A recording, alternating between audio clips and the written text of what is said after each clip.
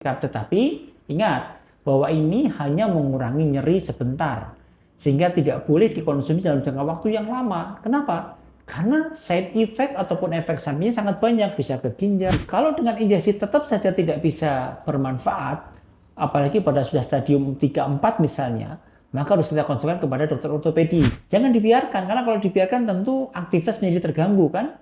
Kualitas hidup menjadi menurun, pekerjaan menjadi menurun gitu kan, karena mau kerja juga sakit, mau jalan sakit, tentu sangat tidak nyaman. Ini ada pertanyaan dari ibu yang tidak menyebutkan nama. Dok, ibu saya ibu berumur 43 tahun. 2022 lalu saya ke rumah sakit ronsen lutut dan kemudian belum balik lagi ke rumah sakit. Sampai detik ini lutut saya masih sangat sakit kanan dan kiri. Kira-kira obat apa yang bisa diberikan untuk mengurangi nyeri lutut saya ini? Kemudian pertanyaan yang selanjutnya dari penanya yang lain yang mungkin hampir sama ya. Dokter, apakah injeksi pada lutut bisa di-cover BPJS? Makanya sekalian saya jawab saja gitu ya. Baik, ketika lutut sakit, itu penyebabnya banyak. Sudah saya jelaskan dalam beberapa video saya ya. Bisa karena osteoartritis ataupun pengapuran sendi, bisa karena tendonitis radang pada tendon, bisa karena sinovitis radang pada sinovium, bisa karena efusi sendi, ada cairan pada sendi ya, bisa karena osteoporosis, bisa karena septic arthritis ataupun yang lain, ada banyak sekali penyebabnya gitu. Maka tentu ini harus dipastikan diagnosisnya dulu nih, kira-kira nyeri lututnya karena apa gitu. Dari foto ronsen, kalau memang dia ada pengapuran sendi, maka akan kelihatan. Akan ada penyempitan celah sendi, akan ada spur, ya, akan ada osteofit, tonjolan-tonjolan tulang pada foto ronsen.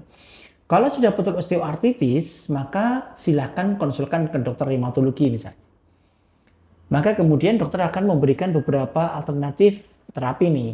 Yang pertama, osteoartritis ini harus dilakukan terapi non farmakologis dulu.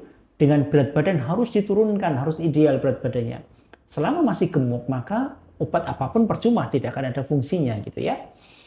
Kemudian yang kedua, harus dilakukan exercise, harus ada olahraga ringan yang tidak menumpu pada sendi, yang bisa menguatkan otot-otot sekitar sendi. Misalnya berenang ataupun sepedaan gitu ya, bukan jogging. Kalau jogging tentu akan semakin memperparah osteoartritisnya gitu. Kemudian yang ketiga adalah boleh menggunakan terapi-terapi yang lain yang bisa mengurangi nyeri. Mungkin dengan akupunktur misalnya, mungkin dengan TENS fisioterapi misalnya, ataupun dengan yang lain. Baru kemudian kalau tidak bisa kita menggunakan obat. Obat yang pertama adalah menggunakan obat anti radang. Ya, misalnya menggunakan diklofenak, menggunakan meloxicam, piroxicam. Tetapi ingat bahwa ini hanya mengurangi nyeri sebentar. Sehingga tidak boleh dikonsumsi dalam jangka waktu yang lama. Kenapa? Karena side effect ataupun efek sampingnya sangat banyak, bisa ke ginjal, bisa ke lambung ataupun ke tempat yang lain. Kemudian kalau dengan obat-obatan anti radang ini tetap saja masih sakit ya, maka bisa menuju kepada injeksi. Nah, ini yang ditanyakan pada penanya yang lain. Injeksi pada lutut ini, disuntik pada lutut ini ada beberapa obat yang dimasukkan nih.